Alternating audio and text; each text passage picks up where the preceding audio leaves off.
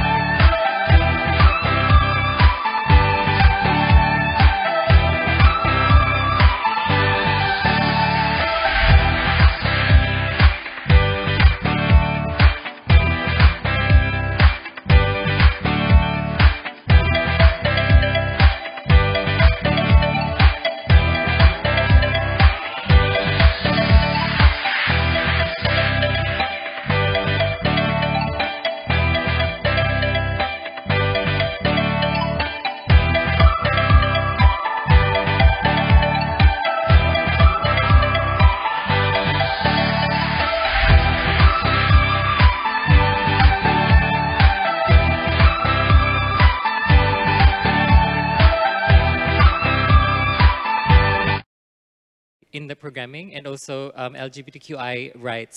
For today, we have two concurrent sessions or three concurrent sessions happening. The first one for this channel is the U equals U, or the undetectable equals to untransmittable. The second one is about the LGBTQI plus communities inclusions in the private sector, which is called the PEP Talk in diversity and inclusion. And the third one is the COVID-19 channel. And in that channel, we're going to talk about the impacts of COVID-19 to HIV programming. For this morning, for this session on U equals U, we are having discussions about the guidelines on U equals U for medical practitioners, and we are very much happy and honored to have our friend from Australian Society of HIV Medicine, Brent Allan, to join us for this session. Good morning, Brent.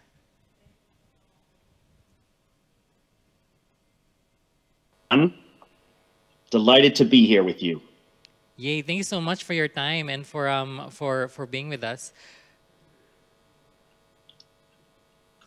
I'm sorry that my camera's not working, but I promise to entertain you with my slides instead. No worries. Your voice is very lovely anyway.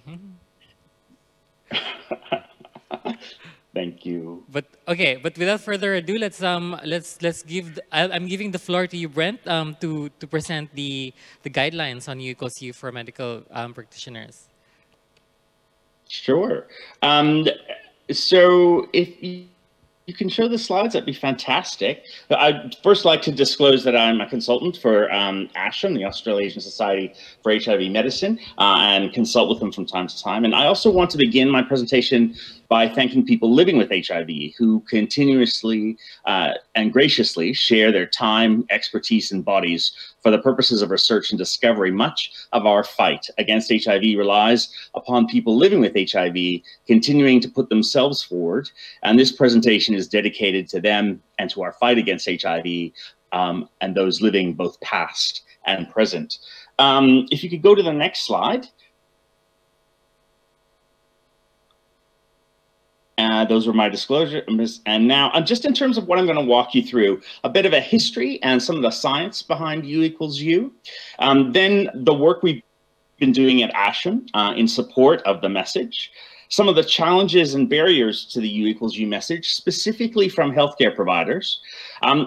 What's happening around these new set of guidelines and what you can look forward to seeing in them. And then a little bit about what's next and where should we be headed. Next slide.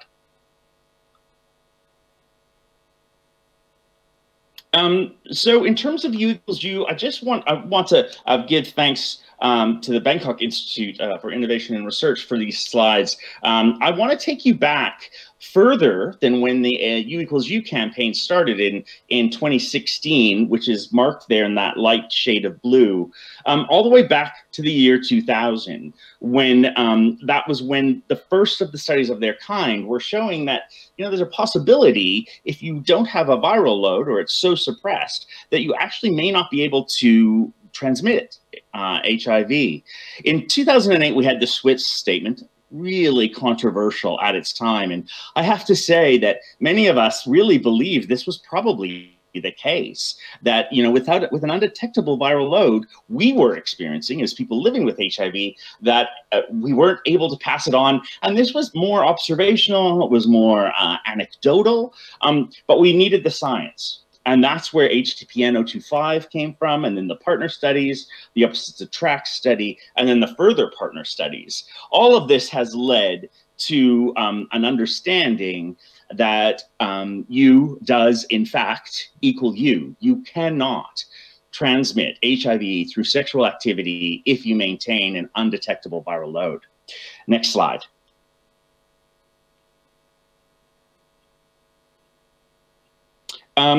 This slide is a bit about the campaign.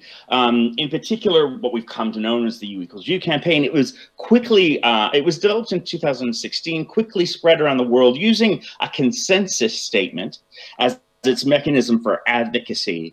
And although initially focused in the United States upon the promotion of the limited viability of transmission through sexual activity, it has shown the message and the messages behind the messages, the advocacy, a dramatic effect on HIV stigma as well. It's also being used across politics and governments to scale up the provision of antiretrovirals, especially to vulnerable populations and key populations that have often been dismissed and marginalized because it is better public health to keep people from transmitting the virus. And we're seeing also greater investments in rapid viral load diagnostics. And it appears, and this work is in press, that it's having an effect upon STI testing frequency. Needless to say, the campaign has spread to now, I think, over 1,000 signatures in the consensus statement. And if you go to the Prevention Access Campaign's website, it's so fantastic because so much of the literature is open access. You can download campaigns, you can modify campaigns. It's a really brilliant example of grassroots or community building from the ground up in opening up everything for everyone. Next slide. With regards to ASHM and why we've done this work, it was really probably just after the campaign set up in New York, the Prevention Access Campaign, that our previous executive officer, Lavinia Crook, wrote a piece for ASHM and said, you know, this is groundbreaking. You know, the science here is robust, and we have to start listening to this.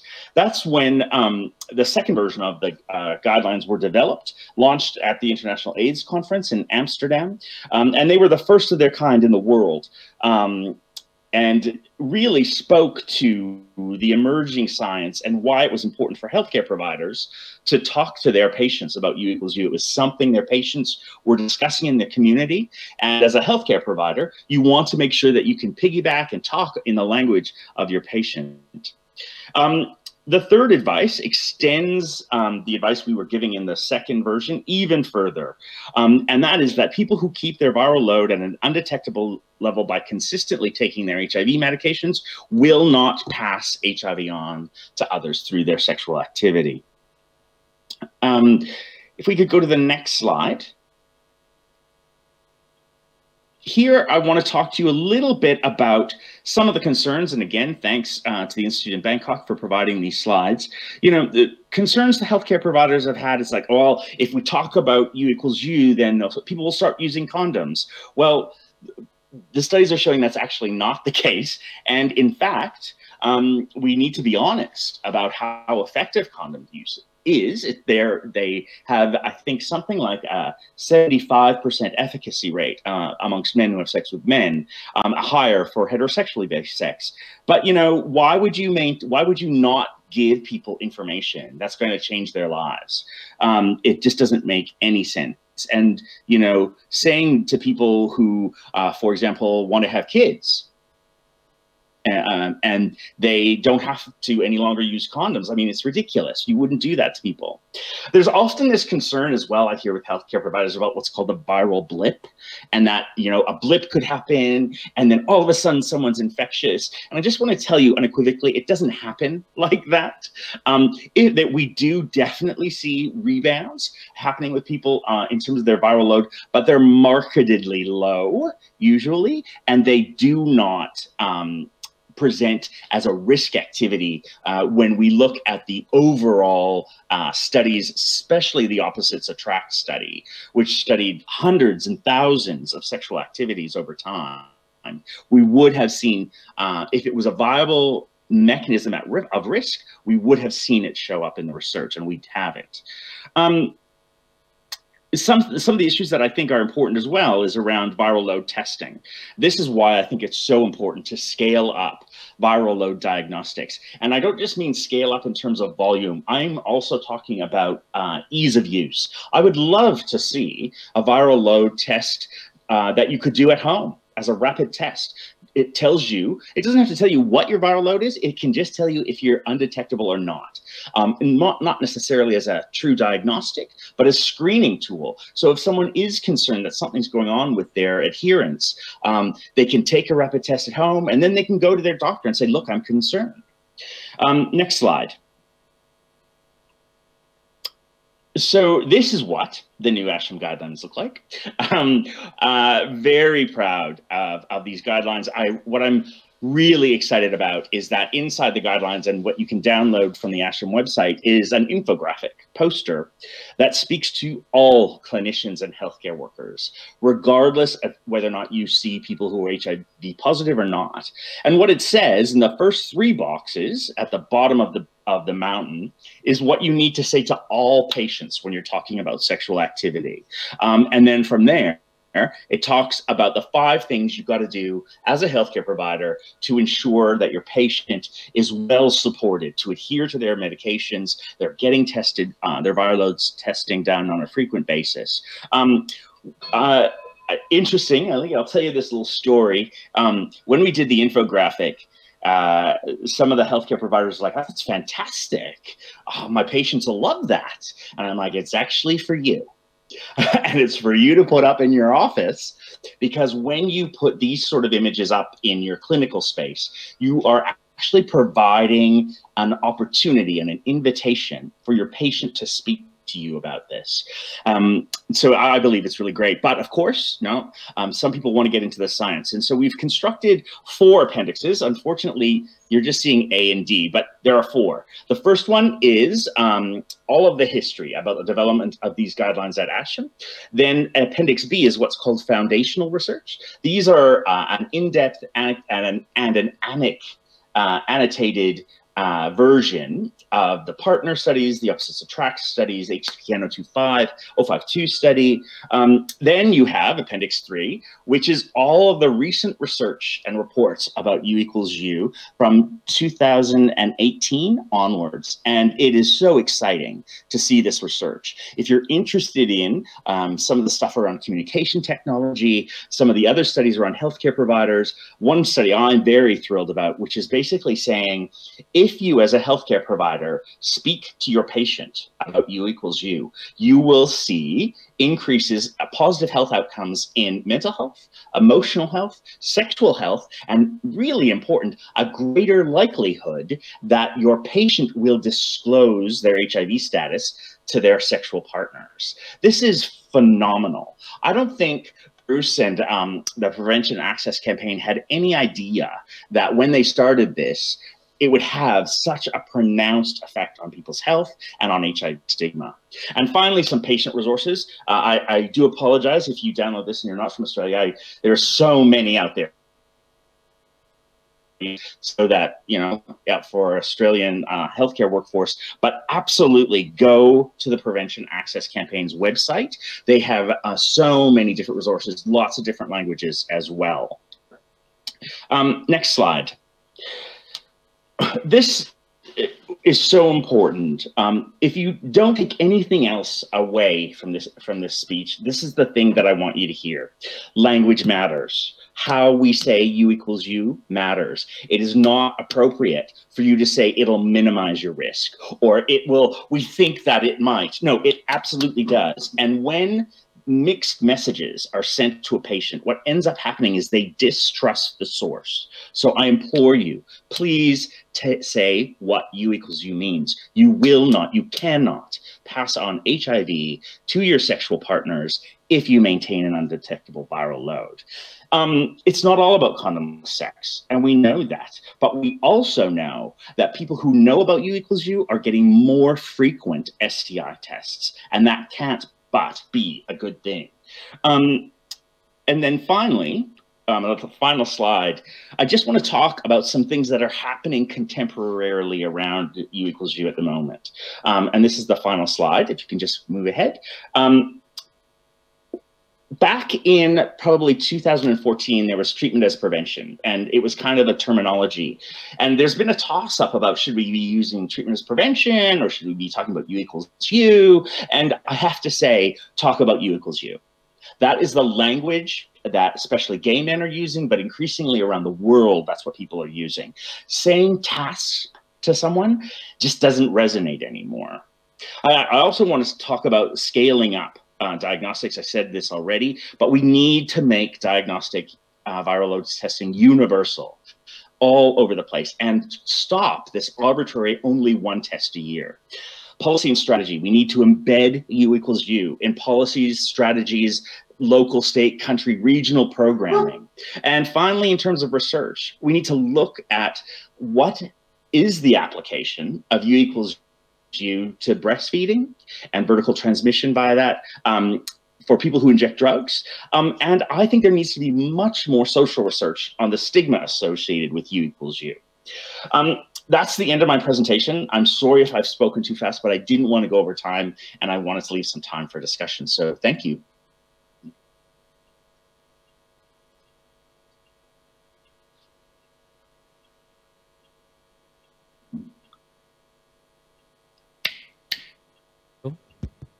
Thank you so much, Brent, for that presentation. So yesterday also we had speakers coming from different countries in Malaysia, Taiwan, South Korea, Japan, who talked about U equals U campaigns in their countries and the U equals U messaging. And yesterday we also had Bruce Richmond, who talked about the global movement of U equals U in the campaign. So we've got some questions here. So in the use of the guidelines, the medical providers. So the guidelines are mainly for the medical providers, but can the guidelines be also used for community-led service delivery? Absolutely, absolutely. There's been some discussion amongst ASHA members and ASHA itself about the application of these. If you're doing, say, peer support or peer navigation, I think these guidelines are a really phenomenal resource for you. I also think, and I'd be keen for anyone who's listening to this, if you want to send me a message around translating that infographic into multiple languages. I think that would be super important, but I believe in culturally appropriate translation, and I believe it has to be done in the community by community. Thanks, Brent. So if you want to keep in touch with Brent, you can also ask me his email address, or I can share his email address. If you consent, Brent. Sure, no problem. I'll send it to you now. Okay. So there was also discussion yesterday about the disenabling environment in some countries because of the criminalization of HIV transmission and also the religious and social barriers that kind of like hinders the implementation of U equals U campaign in the country. So would this guidance be helpful in ensuring the medical providers are sensitized to talk about U equals U to make sure that the ART are most accessible and then the pill HIV are retained in treatment?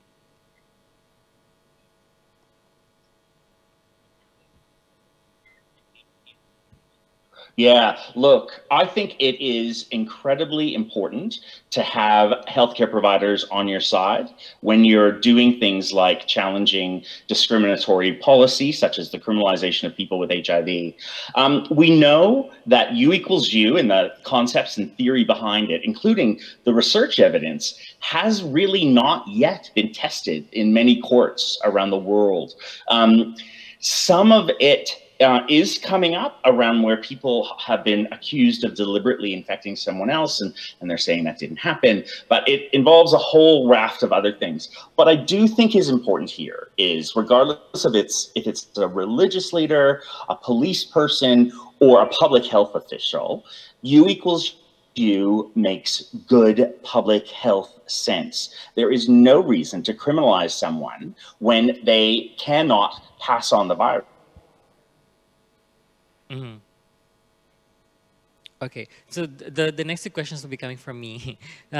So this for the rest of the day of the U equals U discussions, we are aiming to have like more strategic discussions on ensuring that U equals U will be integrated in the national HIV programming.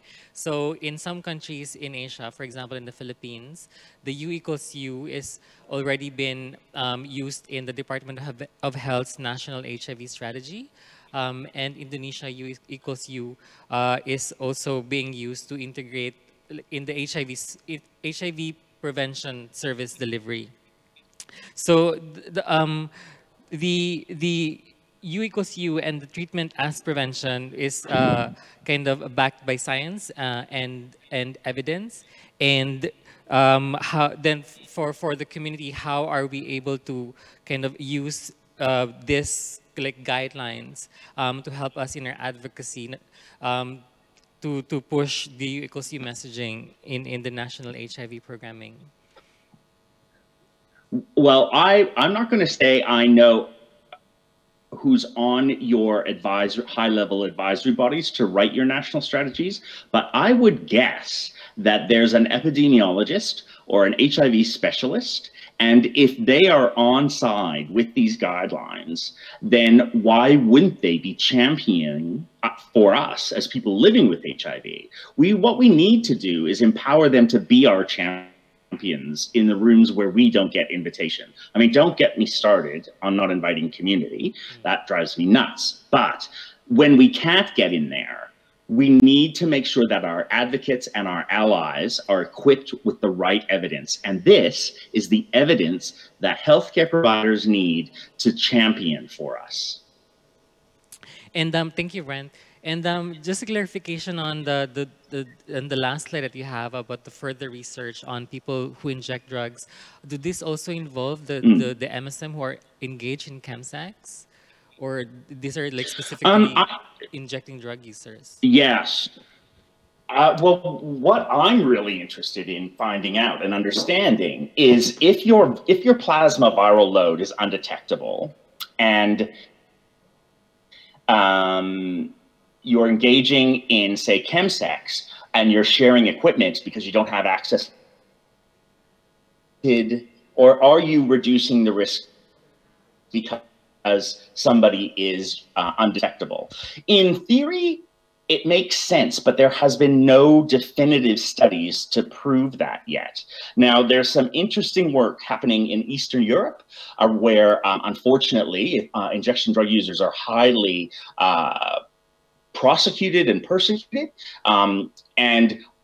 Interestingly, in the same countries where they're now saying they want to make everyone as undetectable as soon as possible, there could be some real life examples happening where the sexual transmission and the transmission via sharing equipment can be differentiated. At the moment, we can't, because if they're having condomless sex, we don't know if the transmission could have occurred through sex or through sharing equipment. It's just a bit too muddied at the moment. My advice to everyone is let's open up a better dialogue about chemsex and researching it better.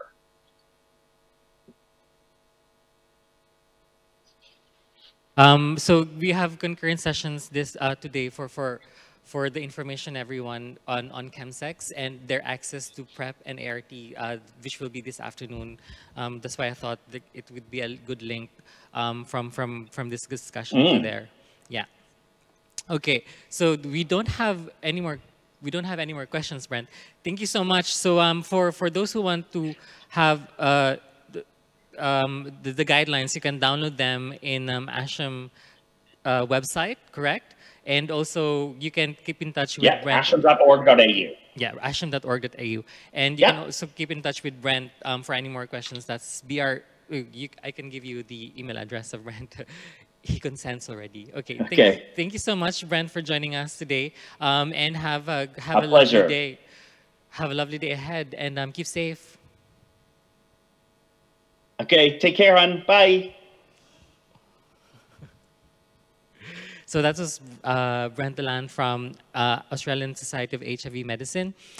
So just to wrap wrap up the discussion, it is important to have the U equals U campaign and key messaging directed towards the medical providers, and also training the medical health service providers on the science and evidence of U equals U as the foundation of this principle, that people who have, or people living with HIV who have undetectable viral load have zero risk of transmitting HIV through sexual activity.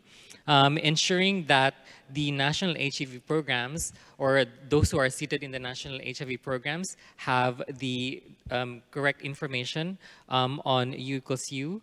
The community and people living with HIV, communities and advocates may be able to reach out to epidemiologists or other champions who are seated within the national HIV programs to move the U equals U principles, the U equals U messaging to be integrated in the national HIV programming.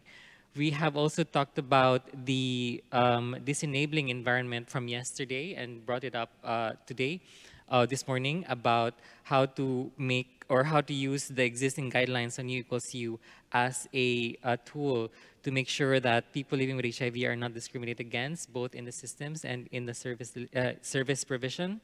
And also further research on U equals U on breastfeeding, people who inject drugs, but we have clarified that there should be more research happening on chemsex as well, MSM or engaged in chemsex, who have undetectable viral load and who have access to ART. And also making sure that there is wide access to the treatment, and the medical health providers or clinicians ensuring that they are talking the right messages to their patients about staying in treatment and reaching the undetectable viral load. So I think for this session, that's a wrap up. Following this session, the second session on U equals U will present the community perspective of undetectable is equals to untransmissible. APCOM will present the results of an online survey that we conducted a few months ago, kind of like gathering information from the community of people living with HIV, as well as medical health service providers from Asia and the Pacific.